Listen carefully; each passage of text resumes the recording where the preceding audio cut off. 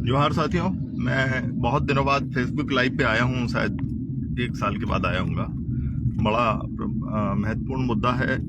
खिवनी अभ्यारण्य में जिस तरीके से आदिवासियों को वहाँ से विस्थापित किया जा रहा है, तो उसमें जो भी लोग आदिवासी अधिकारों के लिए लड़ते आए हैं अभी तक, चाहे वो गैर आदिवासी हों, दलित हों, बुद्धिजीवी वर्ग हो, सभी को इस विकट परिस्थिति में एक मंच पर आकर पुरजोर तरीके से ये जो अत्याचार हो रहा है, जुल्म जो हो रहा है आदिवासियों पे, उसके खिलाफ बोलना जरूरी है। और ये इमरजेंसी सिचुएशन है, आदिवासियों का आपातकाल, मैं कहूंगा इसको, आदिवासियों के लिए आपातकाल की स्थिति है। It's a emergency situation for all tribals. तो इमरजेंसी सिचुएशन यदि है, तो ऐसी सिचुएशंस में आपको और हमको तमाम मतभेदों को भूलकर मुद्दे पर एक मंच पर आना चाहिए। मैं आज इंदौर से खिवनी के लिए निकल गया हूं। 27 तारीख का जो आंदोलन था, उसमें स्थानीय लोगों के साथ बहुत अच्छा प्रोटेस्ट रहा, बहुत प्रभावी प्रोटेस्ट रहा, लेकिन जो मांगे थी उन पर अभी तक शासन ने कोई उचित निर्णय नहीं किया।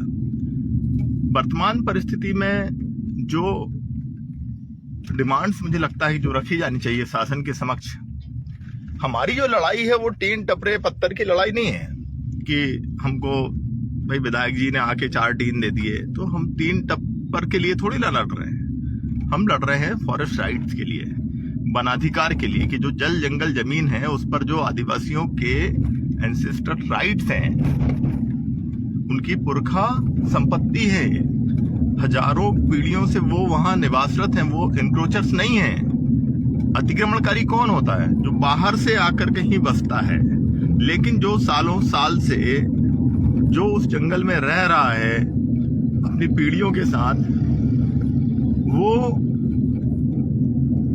उसको आप अतिक्रमणकारी कैसे बोल सकते हैं? कुछ लोग मुझसे पूछ रहे हैं कि मैं 27 तारीख के आंदोलन में क्यों नहीं पहुंचा। तो भाई, मेरी पेशी चल रही है कोर्ट्स में। रतलाम गया हुआ था मैं, बड़छापरा का जो केस है उसकी तारीख थी, और वहां पर विटनेस थे उस दिन, गवाही थी कुछ लोगों की, और गवाही में एक्यूज का उपस्थित होना जरूरी रहता है, इसलिए मेरा रतलाम जाना जरूरी था और मैं रतलाम में था। और रतलाम के साथ ही कंफर्म भी कर सकते हैं, डॉक्टर अभय ओरी वगैरह से आप पूछ सकते हैं, वो भी इस केस में को एक्यूज है। तो हमने पहले ही बोला था कि भाई ये जो आंदोलन है ये 27, 28, 29 3 दिन रहेगा, जिसको जब जैसा समय मिले वैसे अपनी उपस्थिति वहां दर्ज करवाएं, और जितनी सोशल मीडिया जो नहीं आ सकते वो सोशल मीडिया पर वीडियो बनाकर अपनी बात रखें। कोई जरूरी नहीं कि हर आदमी वहां पहुंच पाए। किसी भी माध्यम से सरकार के सामने ये बात जानी चाहिए कि ये जो वर्तमान में जो चल रहा है, आदिवासियों को जो हकाला जा रहा है जंगल से, उसको लेकर कहीं न कहीं आदिवासी वर्ग में गुस्सा है, आक्रोश है, चिंतित है।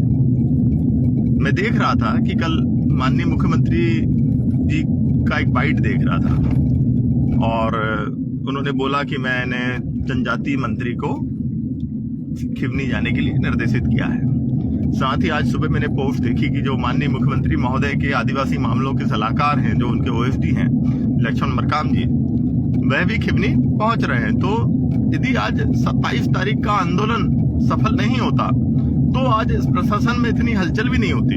आज जो मुख्यमंत्री जी को स्टेटमेंट देना पड़ रहा है, माननीय मंत्री महोदय आ रहे हैं, ओएसडी महोदय आ रहे हैं, क्यों आ रहे हैं? क्योंकि 27 तारीख का जो प्रोटेस्ट था, जिस तरीके से आदिवासी समुदाय बाहर निकला, उससे कहीं न कहीं सरकार के कान में एक जूं रेंगी, और सरकार अब फील्ड पे आई है।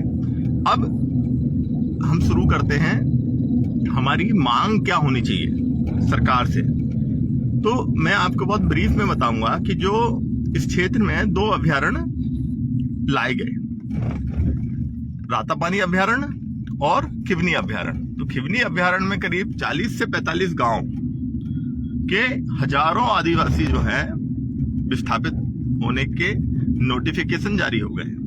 नोटिफिकेशन का मतलब ये होता है कि राजपत्र में प्रकाशित हो जाता है कि ये जो लैंड है, ये जो खतरा है, यह अब अभ्यारण्य क्षेत्र है, और इन गांव में इस अभ्यारण्य क्षेत्र का विस्तार है। और एक बार जब गजट नोटिफिकेशन हो गया तो शासन प्रशासन का काम होता है वहां से लोगों को डिस्प्लेस करके बाहर करना। इसी तरीके से जो रातापानी अभ्यारण्य है, अच्छा सबसे मजेदार बात यह है कि ये दोनों अभ्यारण्य शिवराज सिंह चौहान के संसदीय क्षेत्र में आते हैं और इनके रहते हुए, इनके मुख्यमंत्री काल में और केंद्रीय मंत्री पद पर रहते हुए ये नोटिफिकेशन हुआ है। अब ये मैंने अखबार पढ़ रहा था कि वो बता रहे हैं कि वन विभाग के अधिकारियों पर नाराज हुए। अरे भाई, जब ये नोटिफिकेशन हो रहा था, राजपत्र प्रकाशित हो रहा था, जब राजपत्र में इन गांवों के नाम आ रहे थे, तब आप क्या कर रहे थे? तब आपने विरोध क्यों नहीं किया?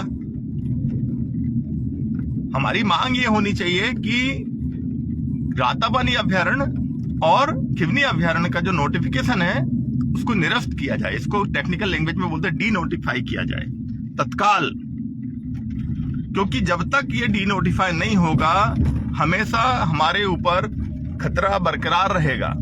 कभी भी आदिवासियों को वहां से हकाला जा सकता है। दूसरा हमारा जो मुद्दा है वो है वनाधिकार पट्टों का, फॉरेस्ट राइट का। मैं तो पट्टे शब्द के साथ सहमत नहीं हूं। पट्टा दलितों को, गरीबों को दिया जाता है। हम तो आदिवासी लोग इन जंगल के स्वामी हैं, तो हमको स्वामी पत्र दिया जाना चाहिए कि आप इस जमीन के मालिक हैं, स्वामी हैं। पट्टा आप हमको क्या देंगे?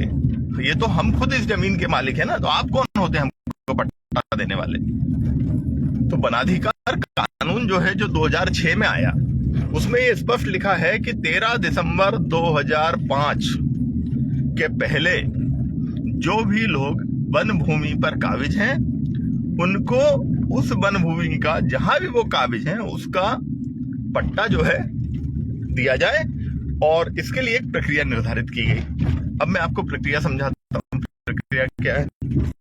इसके लिए शासन ने एक वन मित्र ऐप बनाया। ऐप क्या होता है? जैसे मोबाइल के अंदर फेसबुक हम इंस्टॉल करते हैं, व्हाट्सएप इंस्टॉल करते हैं, इंस्टाग्राम इंस्टॉल करते हैं, तो ये ऐप होते हैं। तो इसी तरीके से वन मित्र ऐप इंस्टॉल आदिवासियों को करना होगा। अब शासन मतलब मान के चल रही है कि सारे आदिवासियों के पास एंड्रॉइड फोन है और उनको वन मित्र ऐप इंस्टॉल करते आता है। जब वन मित्र ऐप इंस्टॉल हो जाएगा, उसके बाद उसके माध्यम से आप वनाधिकार दावा प्रस्तुत करेंगे। अब वनाधिकार दावे में आपको आपकी 3 पीढ़ियों का कागज, लिखा पढ़ी चीजें आपको शासन के समक्ष प्रस्तुत करनी पड़ेंगी। अब आपको भी पता है कि आदिवासी वर्ग जो है, आपने उनको पढ़ने तो दिया नहीं पहले।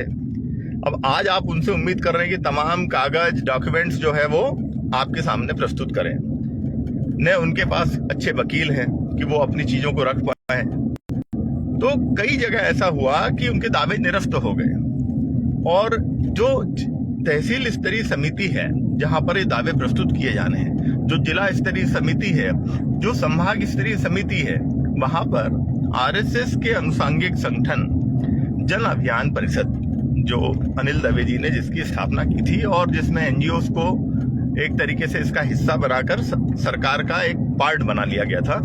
तो जन अभियान परिषद से जो जुड़े लोग हैं, अधिकतर जगह इन समितियों के सदस्य वही है। तो भैया, जो आपको वोट देगा उसका पट्टा स्वीकृत हो जाएगा, और जो आपको वोट नहीं देगा या जो न्यूट्रल है उसको आप परेशान करोगे। भाई, आप पता करिए कि मध्य प्रदेश में कितने लोगों के वनाधिकार दावे अस्वीकृत हो गए, और जिनके अस्वीकृत हो गए वन विभाग को बोला जाएगा कि इनको जंगलों से बाहर करो। तो मुद्दा बहुत बड़ा है। मुद्दा सिर्फ एक खिवनी ग्राम का मुद्दा नहीं है। ये जो कार्रवाई है सतत चलनी है। सुप्रीम कोर्ट में पीआईएल जो आईएफएस ऑफिसर्स हैं, उनकी जो एसोसिएशन है,